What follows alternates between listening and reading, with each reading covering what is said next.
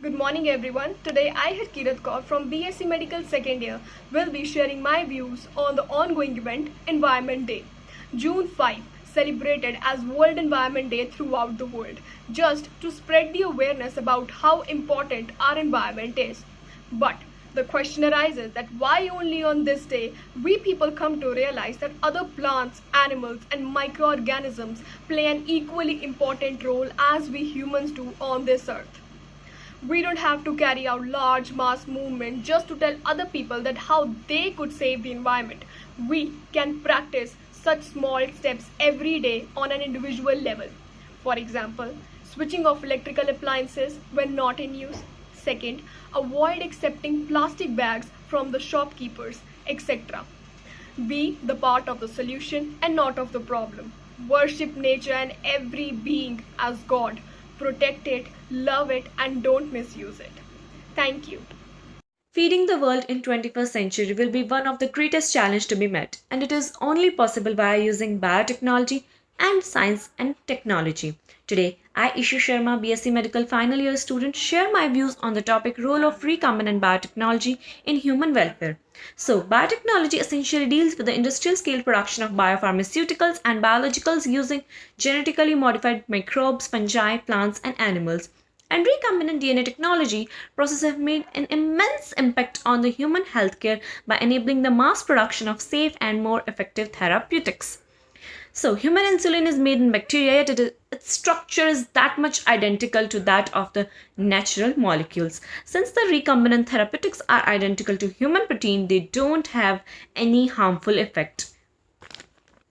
They are free from risk of infection as was observed in the similar cases of products isolated. The applications of biotechnology include therapeutics, diagnostics, waste treatment. In order to change the world, you should be an example, not an opinion. Hello everyone, I'm Vishakha and today I'm going to put my views on a very recent innovation that is synthetic or artificial trees. Basically, these artificial or synthetic trees works on the principle of natural trees. That is, they also absorb carbon dioxide, but they absorb the carbon dioxide much higher than the natural trees. Therefore, this innovation will be a magic for this world in order to bring the climate to its normal. Greetings to one and all. Today I, Ritika Thakur, am going to talk about how artificial intelligence can be a game changer in climate change. 7 years, 103 days, 15 hours, 12 minutes and 6 seconds. This is a clock from Manhattan which shows the amount of time which is left to reverse the effect of climate change. 7 years, 103 days, 15 hours, 12 minutes and 6 seconds. Now let that sink in. On September 25th, 2019, about 6 million people from all across the world came together to protest against the lack of ownership by global leaders on climate change. Yet, there are so many people who do not believe that climate change is real and is affecting us. According to Yale School of America, there are about 12% of people who do not actually believe in global warming. But climate change is real, whether you believe in the science of it or not. It is going to affect us even if we don't live in the cities that are currently facing hurricanes, wildfire, or are going to get submerged in the water by 2050. So, how do we fix this? A lot of people believe that a way to decarbonize is to decomputerize. Technology has a massive impact on climate change. They say 21st century is the century of science and technology. Today we live a healthier lifestyle than ever before, only with the help of science and technology. At every point of our life we need innovations, we need basic science. Now the question arises, what are innovations? Why do we need them? What do we mean by basic science? And what are some innovations that can help us to upgrade our living and can save our environment? We are getting so much resources from our environment and now it's time to give it back. A warm welcome to worthy members of jury, respected teachers, and my dear friends. On this Environment Day, I, Anjali Jha, student of BSc Medical 1, going to give you a detailed information on the topic recent innovation in basic science, mainly about those innovations which are made for our environment's well-being. Thank you. Very good morning, everyone. I'm Pahul from BSc 1 Medical. Environment degradation is a test for all of us. It's the first time test that humanity has ever faced, and I'm afraid that if we don't win this test quickly, we won't win at all.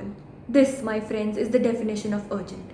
It's a test in a sense that whether us, the big brains, as Michael McBain likes to call us humans, are a good adaptation after all or not. Clearly, it can get us in a lot of trouble, but maybe, just maybe, it can get us out of some of that trouble too. I can't promise you that we'll win this struggle. We waited a long time to get started, first of all, of which this dark time is now a consequence. But I can promise you that in every corner of the world, we will fight and fight hard. Thank you so much in advance for spreading this word of struggle with such great honor, as only us, the big brains, can make a change. We are not a part of the solution, we are the solution. Thank you. Go green, go genius, stamp the carbon, stand tall and stitch the ozone layer. Good afternoon all present. I Pranjal Sharma, a final year student, would like to throw some light on the topic ozone layer depletion. First of all, as we all are very familiar with the word ozone, which is a gas present in the lower level of stratosphere and is a supercharged oxygen. The ozone helps the earth to protect it from the lethal ultraviolet radiations of the sun. The canopy of the ozone is with variable extent less dense near the surface of earth compared to height of 30 kilometers. Now, what causes the ozone depletion? Well, the pollutants present in atmosphere like chlorofluorocarbons and other similar gases when reached to the stratosphere are broken by the lethal ultraviolet radiation. Global warming has not only an impact on nature, but it has an impact on living beings, including the human beings. So, today ISOC main core is going to present before you on the topic global warming. What is global warming? Global warming is defined as the rise in the temperature of Earth's atmosphere due to the harmful greenhouse gases. Think of the situation when we open the car doors after some days, like the windows have been rolled up due to the heat. So what happens? The heat from the sun, it enters the car, but the window frames of the car, that doesn't allow them to escape. This is the small representation of what happens in the global warming. Global warming has a very negative impact on the indigenous life. Heard about our genetic material, DNA. But have you ever thought that it could be modified? Or how it could be used for the human welfare? Hello everyone, I am Diksha Sharma and today I would like to share some information about the role of recombinant biotechnology in human welfare. So, before knowing about its role, we must know what actually biotechnology is. Biotechnology is the life science which generally deals with the study of the living organisms.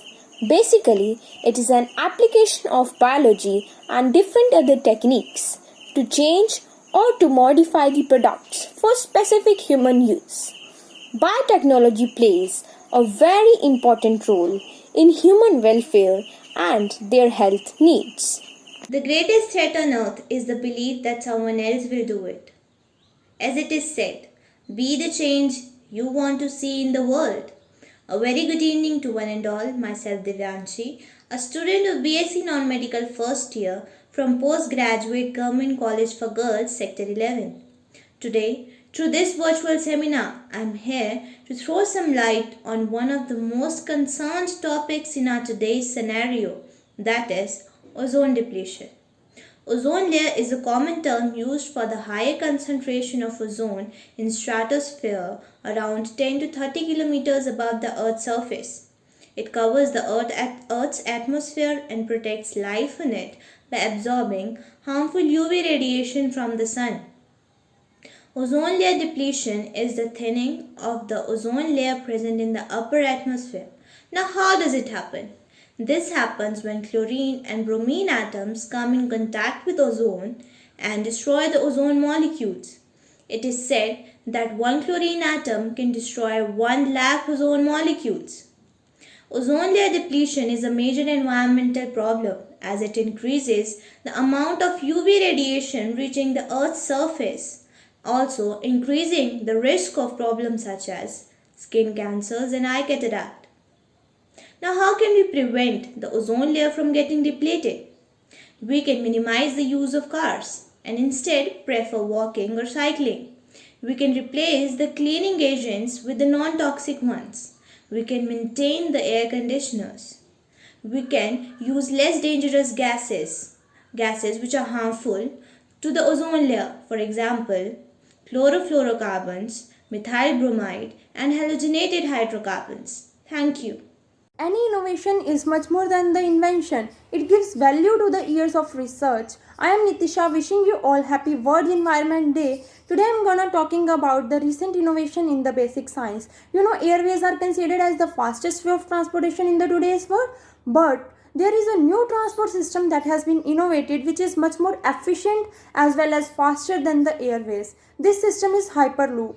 This is based upon a very basic concept of magnetic properties, that is, like poles repel each other. This is made up of long loops and pods are moved inside that and float in it because there is no friction, and outside of this pod and the inner side of loop is made up of same pole. The linear motors are used to move the pods inside that loop and very less electricity consumption is there, and this can be completed by using the solar batteries also. This is whole system is very environment friendly and there is no smoke emission, and also the accidents are reduced in this. Whole system is completely closed and there is no effect of weather on this system, as well as the speed of this system is very high. And this I want to conclude my words by saying that science is not to conquer the nature but to live in it. Most talked about topic in the year 2020 is probably the issue of global warming. In this year alone, we have seen floods, earthquakes, pandemic, and many other natural calamities that have gripped the world, with experts suggesting that these are the consequences of global warming that we are responsible for the last 50 years. So a very warm good afternoon to one and all. Happy Environment Day to all. Today, I, Ramneet Kaur, in this global warming speech, shall be discussing about the impact of global warming and how it is being escalated due to industrialization. What is global warming? It is defined as increasing the average temperature of the Earth climatic system due to accumulation of greenhouse gases in the atmosphere. The emission of harmful gases from the Earth, they form a blanket over the Earth and do not allow these gases to move upwards to the atmosphere, therefore warming our planet Earth. Generations may well have occasions to ask themselves, what were our parents thinking? Why didn't they woke up when they had a chance?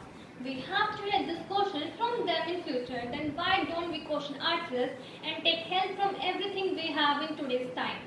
Why aren't we thinking of taking technology's help in order to lessen the burden our environment is carrying? Respectable judges, teachers, and all my dear friends, a very good evening to one and all. Today I, Krishna Samal, want to share my views how artificial intelligence can be a game changer for a climate change. In today's time, everyone knows that climate change is an undeniable reality when steps are being taken in order to reverse the damages which are already done. In order to prepare for the future, research scientists and data scientists has The most discussed topic in the year 2020 was the global warming, because in that year we had gone through pandemic, flood, earthquake, and so many natural calamities all around the world, which had gripped the world, with the experts suggesting that these all are the consequences of the global warming, which we had been responsible for the past 50 years. Respected teachers and all my dear friends, a very good evening to one and all. Myself Kashish, and I am wishing you all a happy World Environment Day. On this beautiful day, I am going to discuss with you all about the global warming and how can we tackle this problem with our positive approach. We do not inherit Earth from our ancestors, we borrow it from our children, and of course, we don't want them to say what our parents were doing when they had chance to save the planet. Happy Environment Day, everyone. I am Mitali of BSc Computer Science, here to express my views on artificial intelligence, a game changer in climate change. Being a computer science student, I want everyone to be aware of this new technology, artificial intelligence. Climate change is one of the biggest threats to the earth, and it is the duty of every single human to save the planet. So, researchers are taking steps by building machines which will take steps against climate change itself with the help of AI. We can get more accurate weather reports, alerts from natural disasters on time, and better artistic representation to spread awareness. And all this will be possible because of artificial intelligence. Principal ma'am, teachers, and all my dear friends. This is Anshika, and I'm here to share my views on alarming issue of global warming. The concern of global warming is growing year by year just because of changing lifestyle of human. Moving towards more and more modernization and increase in industrialization has led to decaying health of our mother earth. So let us know what global warming is. As the name suggests, global warming means increase in temperature of earth. This is all due to increase in greenhouse gases such as nitrous oxide, carbon dioxide, water vapors, chlorofluorocarbons, and others. Due to all this, a big ozone hole has been formed over Antarctica. Thank you. That protects us needs to be protected, and it has to be protected by us. Good afternoon, everyone. Today, I, Shruti of class BSc 3 Medical, is going to speak a few words on the topic ozone layer depletion. What is ozone?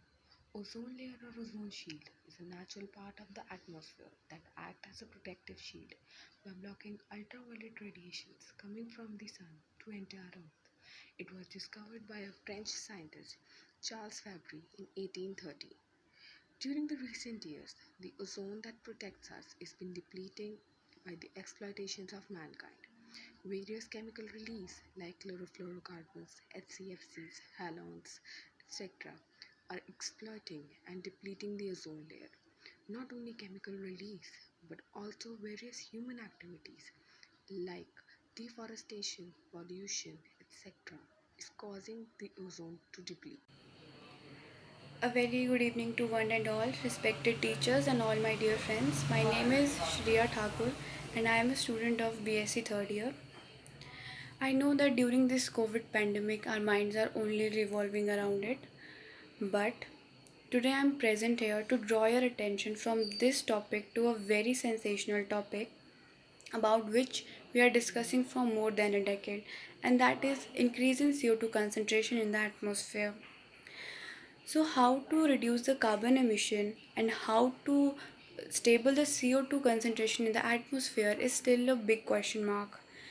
But today I'm present here to put forward a solution, because one step closer to the problem is one step closer to the solution. And the solution is artificial trees. These trees are designed to absorb the atmospheric CO2 passively. And by passively I mean that it does not require any kind of energy. These artificial trees are 1000 times more efficient than a natural tree in absorbing CO2 from the atmosphere. So these trees indeed can prove very beneficial for us in helping us to reduce the carbon emission and the billion tons of carbon dioxide which is already accumulated in the atmosphere. Thank you. Good afternoon, one and all. Today I will talk on global warming and its effects. 2020 and 2021 will be remembered as global health and economic crisis triggered by COVID-19 pandemic. But while COVID-19 is a stress for society and economy, it has an expiry date, while global warming does not. Let's understand about global warming. So global warming is mainly caused by increase in concentration of greenhouse gases. These greenhouse gases include chlorofluorocarbon, carbon dioxide, methane, nitrous oxide, water vapors, and ozones. These greenhouse gases trap heat and thus warm the planet's surface. Because the heat trapping greenhouse gases are increasing, the temperature is also rising. Due to the rise in temperature, glaciers are melting and sea level is rising. And this is drastically affecting the wildlife and forest. So, if we talk about the main contributors of global warming, these are deforestation and livestock production, burning of fossil fuels, and industrialization. And this consequently result in droughts, hurricanes, floods, extreme weather condition, heat waves. So we have to take steps to stop this global warming, otherwise we have to tackle many problems related to it. A very good evening to respected teachers and all my dear friends. My name is Rashika and I'll speak on topic the ozone layer depletion, a danger to our environment. Ozone is a triatomic molecule form of oxygen which is found in the upper portion of the Earth's atmosphere. Ozone is formed when oxygen molecules absorb UV rays that undergo a chemical change known as photolytic. Ozone layer is found in the lower portion of the Earth's atmosphere, that is stratosphere. Ozone layer is very important for the Earth because it protects the Earth from the harmful UV rays. These UV rays that directly come from the sun and are harmful to reaching the Earth's surface. The flora and fauna will not be able to survive if the Earth will be directly by the harmful UV rays. UV rays cause direct damage to the genetic material or DNA of the animal and plant cells. Exposure of the mammals to UV light has been shown to act on the immune system and thereby making the body more susceptible to diseases such as the skin cancer, cataract. Ozone layer depletion is predominant in the Antarctic region than Arctic region because in the Antarctic region the stratosphere is much colder. However, various factors that leads to depletion of ozone layer such as the chlorofluorocarbons, hydrofluorocarbons and volatile organic compounds. These products often found in the vehicle emissions, ACs, aerosols, etc. So to prevent the ozone layer, there are some solutions such as avoid the consumption of the dangerous gases to ozone layer, minimize the use of the cars, and also to reduce the ozone layer depleting substances. Thank you. As premature aging, eye blindness, skin cancers, and so on. Effects in plants. Plant growth, especially seedlings, are adversely affected by UV radiations. Major crop species are vulnerable due to intense UV, resulting in reduced growth, photosynthesis, in flowering. Effects in animals. In domestic animals, overexposure of ultraviolet radiations cause skin and eye cancers. What is importance of ozone layer? Ozone layer is concentrated in lower stratosphere between 15 to 30 km above the Earth's surface. Ozone can be produced by plethora of chemical reactions, but the main mechanism for production of ozone in atmosphere is breaking down of ultraviolet radiations and oxygen. In the maintenance of ultraviolet radiations, ozone layer is vitally important for absorption of ultraviolet radiations for all forms of life. Preventive measures that can be taken for ozone layer depletion. First and foremost, limit the use of private vehicles. Secondly, avoid pesticides. Next to it, we should use eco-friendly household cleaning agents. And the most important one, completely banning the use of dangerous nitrous oxide. Conclusion. There is no doubt that the problem of ozone layer depletion needs intensive research and attention. With release of each chlorofluorocarbon, our ozone layer takes one small step towards its destruction. And the decision of banning chlorofluorocarbon cannot be taken by United Nations or United States. The entire world must unite in order to expel this problem forever. Thank you and have a nice day.